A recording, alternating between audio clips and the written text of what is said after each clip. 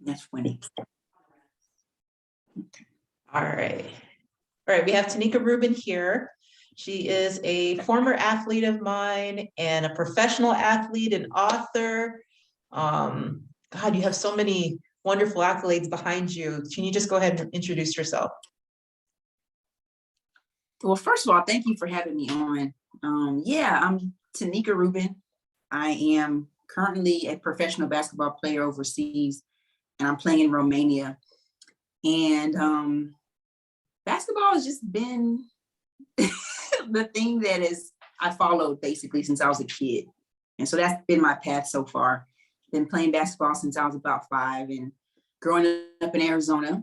And I eventually made a decision that I wanted to play professionally. And on that path, I met Coach Trish when I was in high school before she started coaching me. And I talked to her. She gave me some pointers. And then fortunately, the following season, she became my coach. And it's been a journey. It's been a journey to the point to where I'm at now, for sure. Yeah. So talk about, I know I met you were in high school, but you were playing basketball long before that. Like your family is just talented, skilled. Like, can you just tell people like a little bit about how you kind of got there? Yeah, for sure. So I was introduced to basketball. My dad is an athletic guy. But he was playing football. But we lived on a military base. And I think he had a basketball laying around the house or something. And maybe he used to go play pickup or something. And I saw it and I just took a liking to the game. And then my parents saw that it was something that I could enjoy and possibly find success in. And so they kind of just helped push me and guide me in that direction as long as I wanted to play.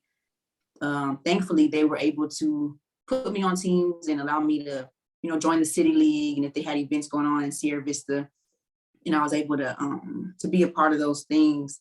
And Sierra Vista was so small, but I noticed, it was like a good little basketball community. There were girls and guys who played, and so there were some kids who I grew up with in the area playing basketball, and we kind of just came up together. And it was first more of a social thing. Mm-hmm. And then it became something that I wanted to have success in. Yeah. Nice. And as far as like, I know that when I spoke with you a couple times as a coach-player relationship, you were always very vivid with your dreams. So can we talk about that vision and where that came from, like spiritual wise, just a knowing this, there was such a huge confidence as to, this is what I'm going to do. And there's no questions about anything else. Yeah, it's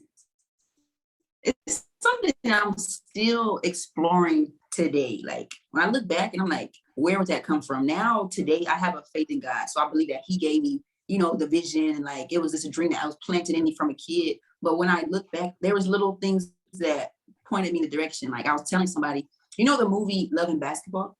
Mm-hmm. Yeah. That was of course, that was like the first time I saw myself on the screen. Like that little girl, she was playing basketball with the boys.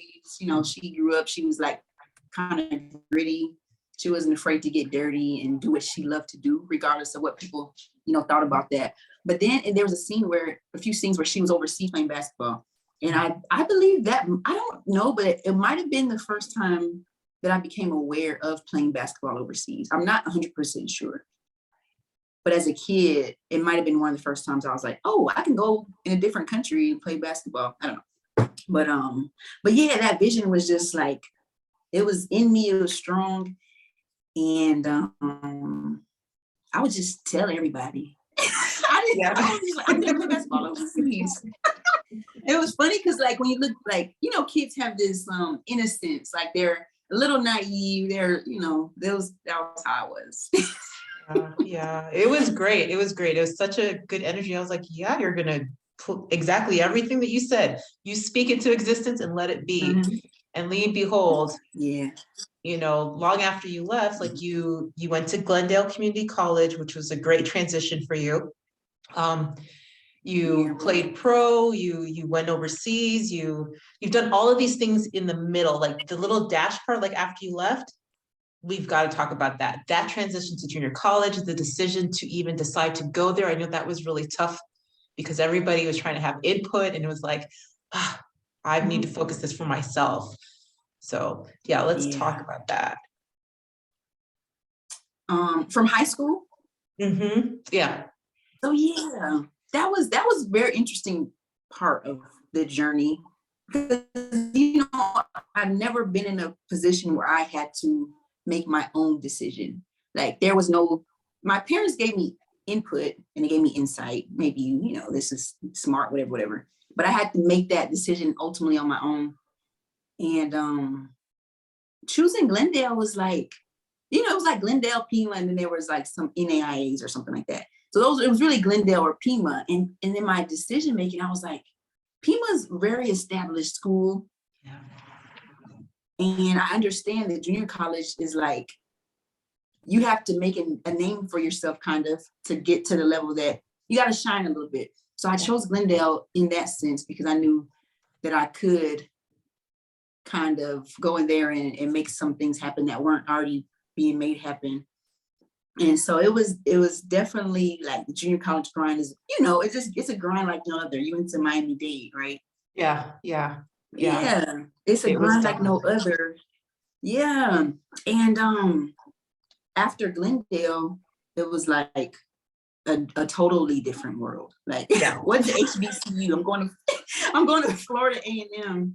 And I wasn't aware of what an HBCU even was growing up in Sierra Vista. It's just not something that we talked about, right? Right. And from junior college, I'm so thankful for that transition though, to have junior college first before I got there, because not only was I not really fully prepared mentally, but also academically and as a player. Forget the injury. Even if I was completely healthy, I wasn't really prepared to step into that role at Florida A&M to play and be successful there.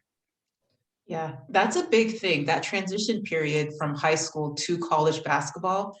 I've always let players know, hey, junior college is a great transition. It's a good stepping stone to where you want to be at, because the intensity in which you're switching over to is a lot. It's a lot. And then you have to balance your schooling, and now you're independent and people are expecting you to show up and you're in a completely different environment. So just for that alone, I'm like, junior college is 2 thumbs up, honestly. And it's your core electives, like if you really think about it. So compared to like high school and the recruiting process. I missed the last part you said. Okay, a little bit. You got it. So compared to high school and the recruiting process to junior college, junior college. So junior college transitioning to HBCU, what was that process like? Because now you've established yourself. Uh-oh, I think we lost her. Uh-oh. There you go. Okay. Yeah, your Wi-Fi is definitely. Yeah, my Wi-Fi is struggling here. Okay. Like, are we good? You're sideways. I know. There you go. Sorry about that.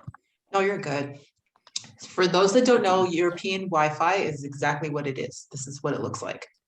So I'm in Germany and you're in Romania. Romania. Yeah. So the transition from junior college to HBCU. Let's talk about that. Layers. There's so many layers to that question. Okay. So the trend, I'll talk about it first academically. So when I'm at the junior college level, there's the core courses. I'm basically taking my maths, my basic accounting, basic, the English stuff to get to your degree courses. And then when I got to FAMU is when I got over to my degree courses, which was business. And FAMU's business school is so rigorous. It is so like, they're putting you through the ringer because they want you to be prepared for a world that may or may not want you to succeed from their point of view. And so that part was really tough. But I'm thankful. Yeah, I'm thankful for the junior college part, because it was like, man, just going straight into family's business school, I would have been like, what is this? Where are you guys? Listen, I'm, I'm going to try to cut corners, all those things. And so that's the academic piece. Basketball wise, it was like, it required me to change how I looked at the game, and also change how I viewed myself as a player, because they were like, we're going to do this run and gun game. And the way that my game had shifted after my knee injury was, I was not trying to do all of that. And I was just like, 1-2 dribble, pull up, pass it to me in the corner, pull up. I was like, became more of a shooter, less like slashy driving to the hoop. So I had to change that. I had to become a little bit more disciplined in my defense. Yeah. I remember the very first game, it was halftime. It was the first conference game. It was halftime, and it was, I had like 14 points at halftime. I was doing very well offensively. The coach looked at me and she said, Taneka, you are a liability on defense. I don't care how many points you can score. If you don't play defense, you're not going to play for me. And I was like, Twilight Zone. And I had to make a decision. Like, I had to make a decision. This is where I said I wanted to be. So I'm going to have to make the necessary adjustments and make them quickly, or I'm not going to be successful here. So that was the basketball piece. And then culturally, there was a transition that it wasn't like, it was a good transition, but it was like, it required a lot more energy for me. Like at family, they're always celebrating something. There's like a party for this, we're celebrating Black excellence over here. And I know it was a good feeling, but I was stretching myself too thin. And I had to realize, like, okay, I can't be a part of everything. It's gonna, it's gonna weigh on something has to give, basically. Yeah, that's interesting that you say that, because, and then we haven't even talked about environmental wise. So you went from the desert to humidity, hurricane. So let's talk about the environment and how that kind of affected you. And I think there's a time zone difference too, right? Yeah, there's a time zone difference. There's a weather difference. In Arizona, they have the dust storms. That's like the extent of our weather woes, and the heat, of course, it's a lot hotter. But environmentally, I didn't feel too much of a difference, or maybe not now that I'm even aware of. Maybe if I was to like be a fly on the wall back then and actually really feel what was going on. But I do remember having our first tornado warning and being like scared out of my mind. And the coach was like, everyone go to the locker room, because our locker room was kind of like in this, protected area. And I was like, oh my God, and I'm dramatic. Are we gonna die? What's going on? And so that was the first thing. Then I realized, okay, it's fine. A tornado hasn't really hit. So I should be fine. So environmentally, something to think about a little bit more. I know for me, like environmental wise, like as far as there was a culture shock, because I went from Canada to Miami and I was like, whoa, like what's happening right now? That was a lot. The weather was drastic, because I come from 4 seasons to, I think Florida has 2 seasons, maybe 3 with the hurricanes. So sweating was different. It was a different type of requirement. And my coach was she was great. Like we were running through the hurricanes, in the hurricane, and probably until the hurricane finished. The training was very intense, but it was so, it's like you had to elevate yourself in order to meet the needs. And there were a lot of trash cans. I just remember being a lot of trash cans around the place. So, memory. Yeah. So like your transition, you had 2 different types of coaches, and you went through several different coaches. You had, me at the high school, and that was towards the end because you had other coaches. And then you had the AAU, you played for the Rattlers for a bit, right? Glendale College. And then I don't know the stuff in between, but the difference in between coaches in your adjustment, how was that? That's a great question. I've never been asked this question, but man, I'm going to say this. I have been extremely blessed to have great coaches. And by great, I mean like supportive. I mean coaches who will listen and hear, and also while they're evaluating the team, they also evaluate themselves. So I've been blessed in that regard, but it has been like a change. So like one coach may demand something different. So even at FAMU, there was this like day and night of our head coach and our assistant coach. And our assistant coach, he's actually the one who really was like the face. He kind of ran our practices, and like he was more of the voice and stuff. And I'm sure she was behind the scenes doing all of the foundational work. Mm-hmm. And the way that I'm not sure if this is a good thing, but their messaging to us was different. Like what was to be expected from our head coach wasn't to be expected from our assistant coach, and vice versa. And so you kind of, as a player, it made me like do code switching and stuff. It made me feel like I needed a change for that specific coach. If they were going to be there, maybe I need to act this way, depending on who it was. I felt that in college a lot. In high school, in high school, it wasn't even much of an awareness of like, oh, I have this new coach. What is it gonna expect of me? It was just like, oh, it's a new season.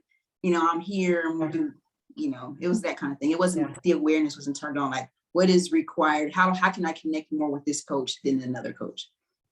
Got it. I forget. The brain is moving so fast at that age. There is no, I can ask that. You're like, I forgot. What's for lunch? Yes. All right. And so your season basketball, you've turned over a new leaf. You're doing more. Can we talk about that? Because schooling and then your business. So you did your business degree, and now you have all of these great things going on for you. Can you please let us know about all of that?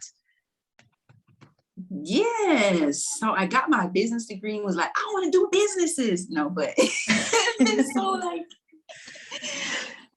but as I'm doing, okay, so me and my sister and I, the first thing I guess is entrepreneurial that I did was I wrote a book, and I didn't understand that as an entrepreneurial act until it was time to like start selling the book. And I was like, oh, I have to, use some of the things that I learned. It was just really, when I wrote my book, it's titled Winners Win. When I wrote it, it was more of a, just doing it from what was inside of me.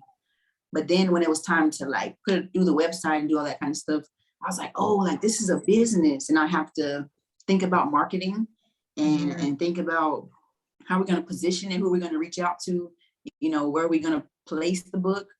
And it's been a really cool journey. And from there, my sister and I started a clothing company called Bear Love. And Bear Love, Bear stands for Be a Rare Example. So it's Be a Rare Example of Love. Okay. And all we want to do is just show God's love in that any kind of way, and show like how different that can look, just about service, and that's the messaging behind it. But business is something that I've always wanted to do since high school. I met this marketing teacher, and she really like molded and shaped me and kind of showed me how I could be successful in business if I wanted to be. But it's such a new journey for me, even with like the education behind it. It's like I'm learning these things and learning really how to be consistent with it. Because I have this excuse like, oh, I'm tired from practice. I don't want to do this today. But it's like your business it's 24/7. That's your livelihood. So, it's your livelihood. So when basketball stops, you should have this. If you're gonna do it, practice doing it now. That's what I tell myself. And I'm thankful that I have my sister to help me. She's very like, girl, you didn't post today. Are you gonna do what you said? You said you're gonna make a reel. Are you gonna make your reel? And so she's the one who's like my accountability. Nice. Because she also has, she has her business, and we're both trying to be consistent and build this thing kind of next to each other. And it's very helpful to have her, because I'll go weeks and just be like, I am taking a break. You're like, it's my job. I can do whatever I want. Yeah. Yeah. It is interesting. That journey to the business has been so empowering. And it does, like, after a while, everything comes together, you know, the schooling, the training from sports, the consistency, the repetition, and everything that you learn from sports kind of carries over. And I don't think I've ever even thought about that. I thought, you know, basketball is basketball, school is school, da, da, da, da. Never put the two together. And I don't think I've ever had time to really think about that. How intense was it for you to manage yourself for the business? Because that's the part that's really difficult. I know a lot of people who shy away from managing themselves and prefer other people to manage them, because that's the way the Western world kind of works. How has that been for you? You said, how difficult has it been to manage myself? No, how has it been for you to manage yourself, like self-management? I know the internet's so bad. Say that one more time, just one more time. I got to pause for 3 seconds. No, it's okay. How has it been to manage yourself? You know, as far as being consistent. Yeah. What you said about like basketball, everything that you've done, like coming together, also has always been worked. It's like, you know, as an athlete, you have to get up and work out. You have to get up, you have to take care of your body, you have to eat well, right? So in managing,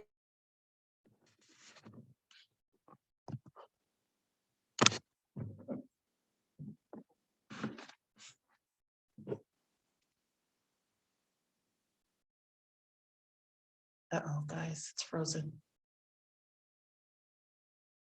So we're just waiting for Taneka to come back up because the internet is doing its magic.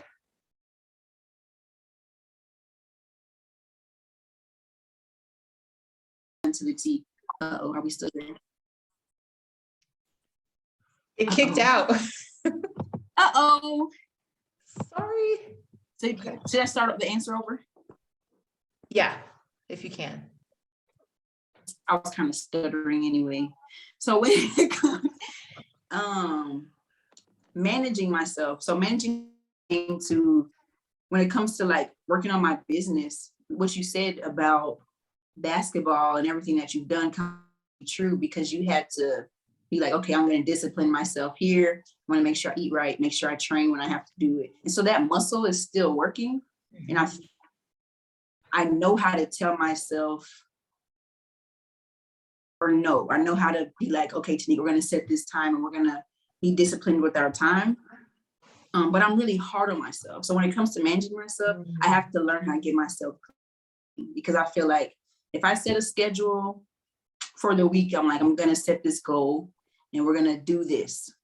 If I take a break or for some reason, then I have a tendency to be like, God, like, you know, like punish myself. And that was the thing from sports. Cause like in here, if say we have a goal of hitting 50 free throws in a certain amount of time or whatever, and we don't hit it, what are we going to do? The coach is going to have some type of punishment for that. And so although I am taking my discipline and my habits and my mindset from basketball, I have to leave other things so that I can have grace for myself. That's like my journey right now. Yeah, I can resonate with that. That's something that I didn't realize I was doing, and somebody else pointed that out. It's like, you gotta be a little cool with yourself. Like, you're being kind of harsh. And I'm like, what are you talking about? Like, this is how you motivate yourself. And I was like, wait a minute, that's not working for me. Let me redirect myself. And it definitely does work a lot better. That has been I feel like when you do the business, it's a completely different type of discovery of yourself. I know typically they say it takes about 7 years for it to be flowing. And I can totally see how that works, because basketball is almost the same way. If you count high school all the way through, that's a good solid 9 years. So that's true. Significant. It's true. Wow. Internet's a little, we're gonna wait for the internet to come up. Okay. All right. So I work as a cognitive behavioral educator, and a lot of the things that, I'm teaching the kiddos now is obviously to like be able to pause their brain, breathe, and stay in the moment when they're doing something instead of going from 0 to, oh, I'm so upset, and then the harsh self-talk. What have you seen with athletes now? Because you're a you do youth leadership, right? Groups. What have Yeah, you seen? mentorship. Yeah. Yeah. What have you seen a lot of lately? Now the pandemic, it's 2 years, and we're definitely out there talking to kids and trying to get people to, just pursue their goals regardless of what's happening around them, because it's out of their control. Mhm. How have you been able to help these kiddos and just be of service to others? Mm. First, I would say there is a lot of anxiety right now with a lot of young people. And I don't know if it's COVID or just it's life, things, it's just life. It's a lot going on. And people are unsure of things. And I have two girls, three girls actually, three girls that I mentor through a Baylor program. So I have kind of like constant communication with them. And each of them have their own stories, their own things that they're dealing with. But all three of them are athletes. And so I try to help them right now with one is getting ready to graduate as a senior, the uncertainty of that. The Yeah, other one has the uncertainty of some family issues. And the third one didn't make her sports team. And so it's like, well, who am I now that sure. I'm not an athlete anymore? And so one of the things that I try to help them grapple with is like around the athletic identity. And I don't even know if I'm answering your question, but I but it's something that we talk about a lot is the athletic identity. And it's like, yeah, you play your sport, but it's not all that you are. It's not who you are. Yeah, it's just a very, very small piece of you. And it's something that you even may do well. And people may even recognize that. People may only recognize that as the only thing you do well. But you have to we gotta do some soul searching and find out who we really are. Because then you'll be able to see like, man, if this happens, then it happens. If it doesn't, then there's so many other things that I can like live into and be successful with. And so yeah, it's something I'm dealing with the kids right now. I like that you said that, because the identity portion of it is such a huge part to, I want to say, the human race, because we're always trying to be a part of something bigger than us. We're wired for connection, and sometimes that's the only space that's a safe space for us, and we can't identify. But you're right, like there's so much more to us. That's just a small portion of it. And to explore different things and to not do well and do well at the same breath is kind of like the trailblaze moment for coming out of that Yeah. I guess that what do you call it when you're timid about doing something new? I feel like that's where the Yeah. coaching kind of comes in, like helping with like being timid, but also recognizing other people's gifts and allowing them to kind of step through that. Yes. That is my favorite thing. Yeah, that's a big thing. And also the identity portion, when you're detaching from an athlete and you're transitioning to the real world, that has been interesting. Nobody talks about that. Yeah. I intentionally detached from the basketball world to enter the working world. And that was significant because, like you said, a group of people wanted to see what they wanted to see. And it was hard to kind of step away from that without having to, I'm not going to say that I'm stepping away, but people are so attached to that one piece of you that it's hard to, what would you say to somebody who was trying to do that or was in the process of that? That's a good question. So interestingly enough, I have a lot of people around me who have that message, like who have the messaging of blossoming after sports, but I haven't had to walk through it yet. And I have a little bit of anxiety around it, even though I have the messaging and there's people like giving all these positive tips and all these things that you should do after you are finished playing your sport. So I don't quite 100% know what I would say beyond get to know who you are for yourself.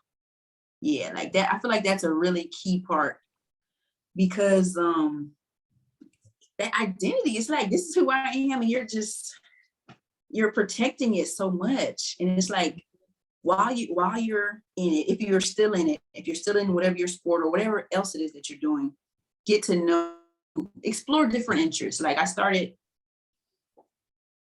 Okay. There it is.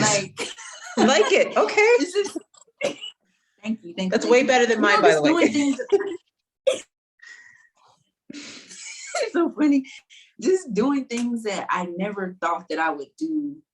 Reading different types of books, exposing myself to different stimuli to see like, okay, maybe I'm good at this. Maybe I'm interested in this. How can I go, what are my options after I'm done?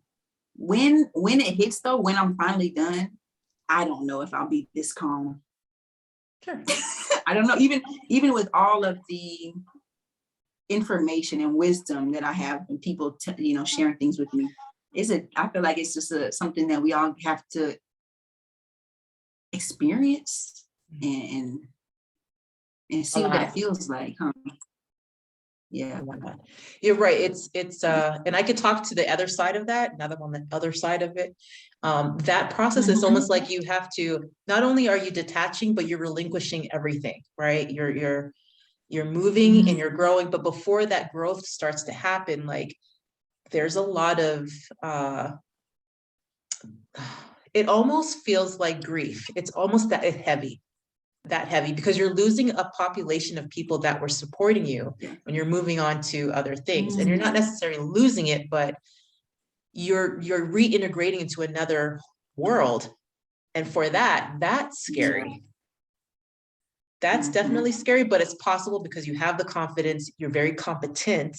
And so it's pulling everything together, like pulling the schooling and the athleticism and then the coaching and the training, and knowing that whatever you touch is going to be fine because you have the basic foundations to do that. But not until you experience it will it be, real. Real. And I think financially it's different because now you're playing a different type of game here. Whether you're doing it for your business or you're doing it for an organization or whatever it is, there's a different kind of game that's expected to be played. And I think the language in that is very unknown. And that's another code switch that you're going to have to like take time to sit back and observe until you can adapt the language and then kind of like reiterate it with confidence. So that's what I've kind of seen with changing over so many things. And I've actually I don't want to say I just try to master different things. Like you said, master the painting. I did hiking at one point. I was like, Black people don't hike. What am I doing? But I'm in the mountains and here I go. Like, here I go. I love it. But it's the anxiety buildup and it's stretching the anxiety and the tolerance for like doing things that are different. And so now I'm more open than what I was before. It's like more rigid. And I think that we get used to, that's how the identity kind of grabs us and can take us down if we allow it to. But that's pretty significant because there's not a class for that necessarily. There should be. It absolutely should be. We're like groomed to do this one thing. And then once it's over, like, all right, good luck, peace. Yeah. It reminds me of and I don't want to compare anything, but how the veterans are trained a certain way and then they're not trained to come back. Reintegrate, I guess it's called. For sure. Yeah, that's pretty significant. But it's interesting, it's doable, and there's an area for your business. You got it. All right. So tell me about how important your family was supporting you on your journey. Because you come from a pretty supportive family. And I've met them. They're wonderful. They're great people. Kwanda's so gifted. Your sister's out there collecting rings.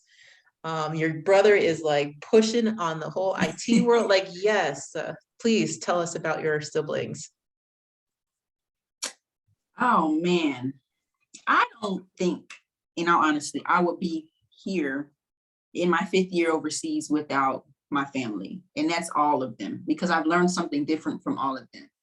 But first, like with my parents and growing up, they just invested in me. And I'm not even just talking about money, but like they just believed in me. If I said I was like, I'm gonna be an astronaut, they were like, okay, how can we help you become an astronaut? It's like, Yeah. what program do we need to put Taneka in to be an astronaut? And then from the sibling side, I have 2 sisters and 1 brother. We pushed and challenged each other. So we each had our thing that we were trying to excel in, and seeing each other constantly show up to do those things and take our parents' investment serious was encouragement for me. And it was also knowing that the twins were coming up behind me. It was like, okay, they're athletes. I know that my older sister was an athlete, but I was the first athlete. The twins came behind me. How can I, even though I wasn't always the best example to them, how can I at least show them how to be successful as an athlete? What does that look like? How do you bounce back from things? And so, yeah, we pushed each other, and they were just supportive. Even like we would pick on each other and just give each other a hard time. When we were dealing with things that were hard, we knew, okay, let's show some love. Okay. And so I always felt that. And as adults, we are so much closer than we were as kids. It's crazy. My brother calls me every day. Oh, that's nice. Yes. That's nice. That's nice. Oh man. What is the age difference between you guys? So my sister is 30. My older sister's 30. I'm 28. So we're two years apart. And then the twins came 7 years after me. So the twins are 21. They're 21. Oh my gosh. They'll be 22 in July. Yeah. Some pivotal ages. Yeah. I guess so. It is. Wow. Okay. All right. So let's talk about where you're at now, because that's the most important thing. You're playing pro. Okay. You're in Romania. This is your 5th year. I don't know. Tell me, like, what's it like this season? Let's just start with that. What's it like this season? This season has been good. I'll say it's been good. It's been challenging. I feel like I'm really starting to get a hang of things. When I say things, like, how does FIBA work? Like, how are these teams and their managers thinking? How can I play the game? I'm really out here playing the game, not just basketball. We had a new American come, and she was like, these people really like you. And I was like, I said, girl, I'm going to tell you the truth. I'm going to tell you the truth. You have to not force yourself, not like come out of your personality, you be yourself, but you don't want to be disliked over here. And the reason why is because people are going to like people are going to help people that they like, right? So even if I have like 3 bad games in a row, now sometimes you might get let go depending on the league and the team, but if they like you, they're going to be like, okay, So I'm kind of learning the game, I'm learning the system. And while basketball is important, I know that character is even more important than everything. And the way that they're going to speak about you to your next team or your agent, it's gonna, it's gonna play out at some point. So this season has been good. I'm feeling like I'm getting the hang of things, even though we had some ups and downs with COVID. There's a little scare up north in the Ukraine. Russia might, come in there, but they say we'll be safe. So that's good. But yeah, the season's been good. We get the overseas news. Overseas news. Yes. Yeah. For those that don't know what it's like to live overseas, let's talk about your setup, food, transport, commute, training, off days. What does that kind of look like for you in a typical day?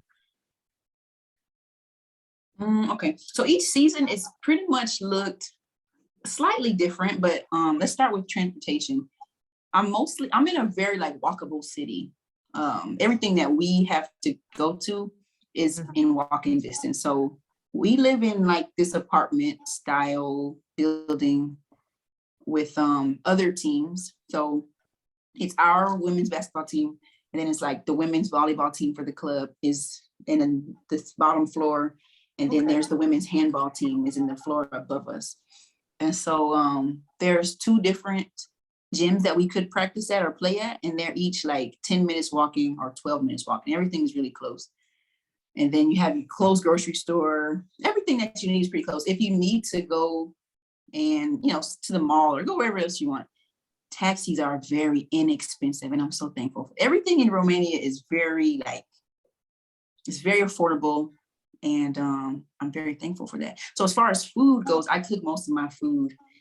And I think I'm a little chef or something. I think I might have been a chef in another lifetime. So. Okay. But I cook most of my food. I am open to trying other foods. Like I do try Romanian food, but I do prefer to cook too. So I do a little mix of both. Okay. Yeah. I've assimilated well. I'm enjoying the city.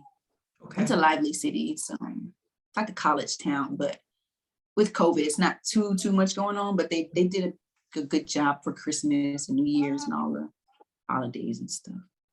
And tell us what that kind of looks like because coming from the Western world to Europe, it is completely different. It is so it's friendly. People are very community oriented. Everybody's pretty much integrated, young, old, whatever it is. It's so different. So when you talk about community events and Christmas and those things, what does that kind of look like? What does it look like? Let's see. So yeah, it's like all ages coming together. So for example, I was talking about the Christmas market, for example. The Christmas market, I guess it was going on for a few weeks leading up into like New Year's. And they had, the different, what do you call them? People are selling things in the food stands. I don't know, food stands. They're not like markets, but kind of like markets. People set up their stands. They had all those things set up. They had the lights everywhere. And then you can go all day and you can just see people of all ages just coming together, having fun. They have their drinks. It's just, people walk. You see a lot more people walking in Europe than you would see in the United States. I know that's for sure. People are walking everywhere. And what does it look like? What does it look like? Yeah, it just looks like people coming together. I don't know how I don't have the language for this. I feel like it's like a flea market, but outdoors. Yes. A lot of mom and pop shops. Mm-hmm. And I don't know if you guys have music playing, but there's a lot of music and laughter. And there we go. And you painting the picture. That's exactly what it is. It's taken a year and a half. Yeah. It's very friendly, very inviting. Makes you want to actually sit down and really enjoy your dinner instead of kind of like mustering it through type thing. So inviting is the perfect word. It's inviting for sure. Yes, that is very, very humbling. And that's like on a nightly basis. It's like you can go out right now and it just feels like that. It's that. And this is a very safe city. So it always just feels like, well, I'm all right. Yeah, that's a really good feeling. Watch it back, yes, you do. Yeah, it is a good feeling. Yeah, the safety and security is something that I've really noticed over here. Not to say that nothing can't happen, but you are definitely fined or penalized immediately if anything were to go left. So that's been really interesting. Romania, where is that? I'm not good with geography.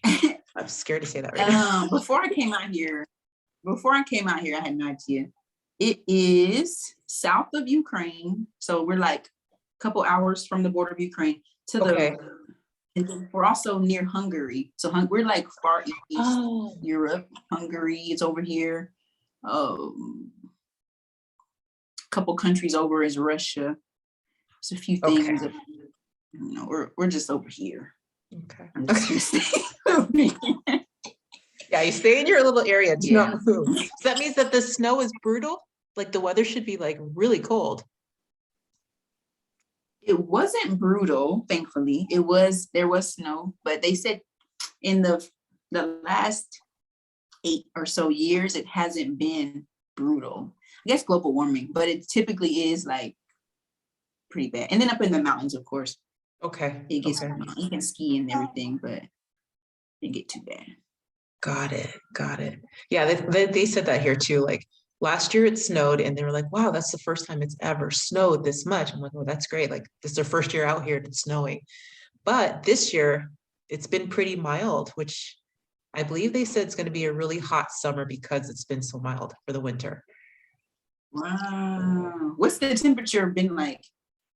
30s, between 30s, 50s, Okay, 30s. yeah. Which is not too bad, except for in the mornings. But the sun makes a difference. If the sun is shining, you're good. If the sun is not shining, it's going to be a tough day. It's going to be a rough day. It's gonna be, yeah, exactly. So if anybody, I have some kids that want to play pro, and what advice would you give them?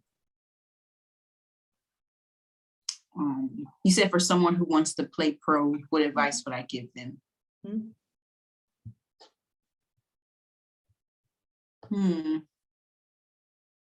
Maybe what should they be aware of?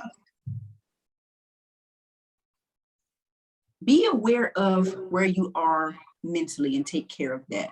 That's the most important thing. Even more important than physically. Because physically, you've been doing this. If you want to play pro, you know you've been taking care of your body. You know what that looks like. You know how to follow a regimen to get in shape and all that. But mentally, it can really stop everything. Like it could end your career. You can, if you're not taking care of yourself, and when I say take care of yourself mentally, first, have some positive voices in your ear, because playing overseas, it can get you can get kind of isolated, especially if you're like the only American or one of 2 or 3 Americans. Yeah. You're not going to have a lot of social interaction here unless you find a community, or until you find a community. So have some people back at home that can speak positively to you. And I would also say practice mindfulness.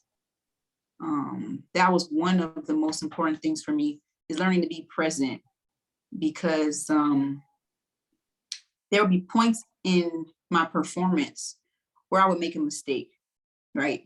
And they're like, just shake it off, next play. And that's easier said than done when you're not practicing mindfulness, because you don't even know how to shift your mind back to the present moment. Sure.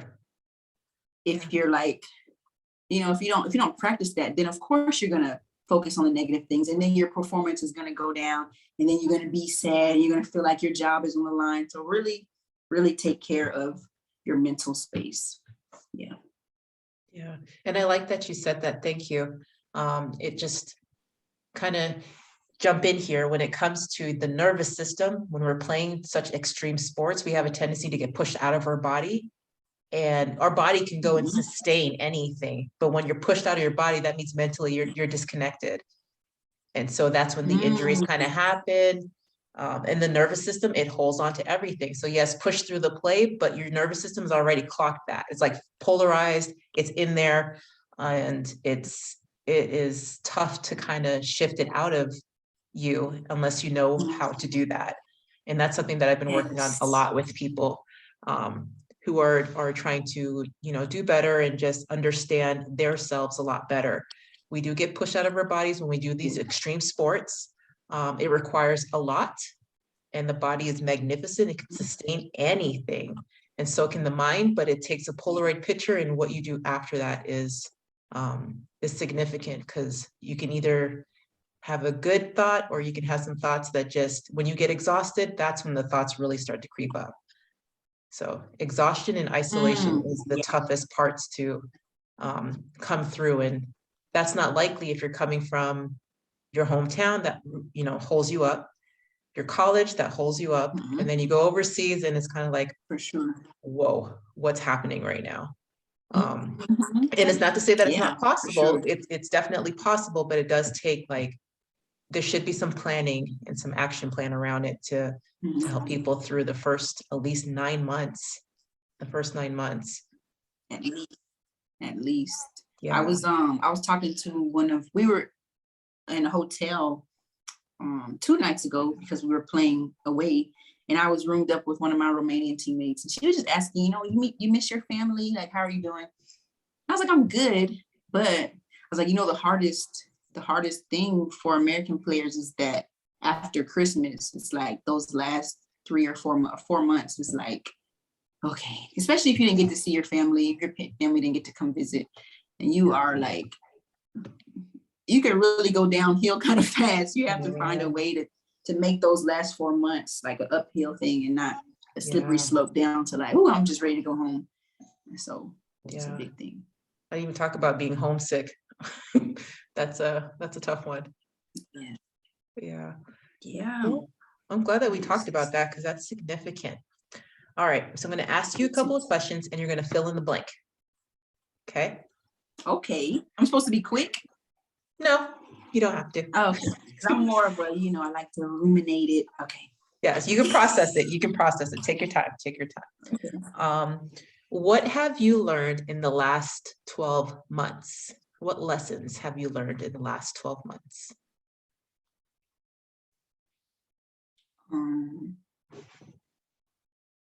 I can say a few, or should I just pick one? You can say a few.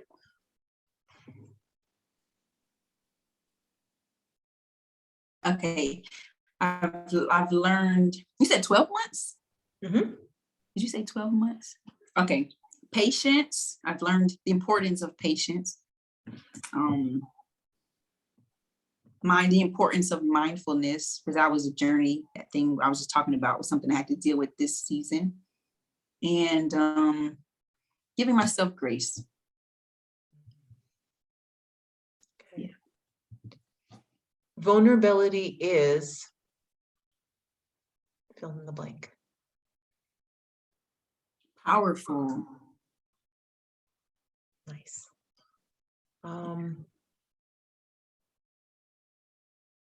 What color would describe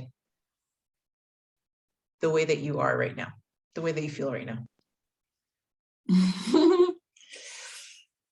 Color. Look at all these paintings here. It's cheating. That is. I would say orange. Okay. Orange.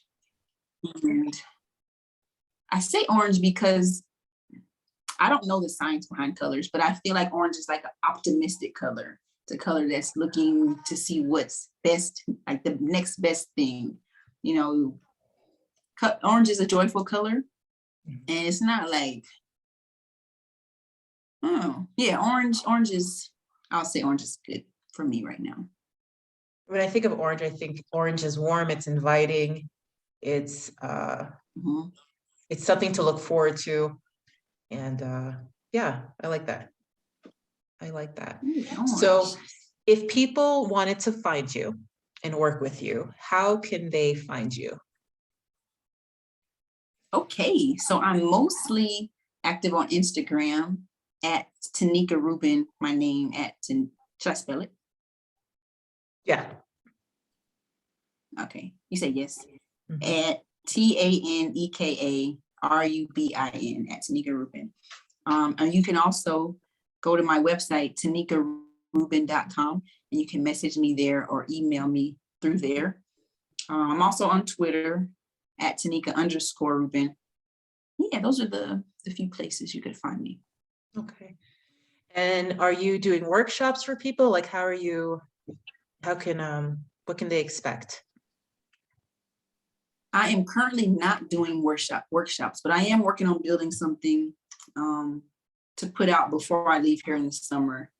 But right now, I am just selling my book, and I'm getting ready to put out a study guide that goes along with my book, Winners Win. I can kind of help you dig deeper into the concepts that are, and actually, I have the book, a study guide is coming out soon, and then I'm also doing a journal. It's like a writing prompt journal. Okay. And so the study guide is going to help you like dive deeper into the concepts, but the writing prompt journal helps you to, dive into yourself. So it may have a question like, who do you need to forgive? Or who do you need to ask to forgive you? And so it'll make you be like, oh man, I have to, dig deep into this. And so those are the 3 products that I have out now. And we'll work on building something around those in the future. That's awesome. That's awesome. I can't wait. I'm excited. All right. Well, huh? I said, I'm excited too. Oh, okay. All right. Well, thank you, Taneka. And just pause for like 10 seconds. I'm going to hit the stop button and then we'll continue.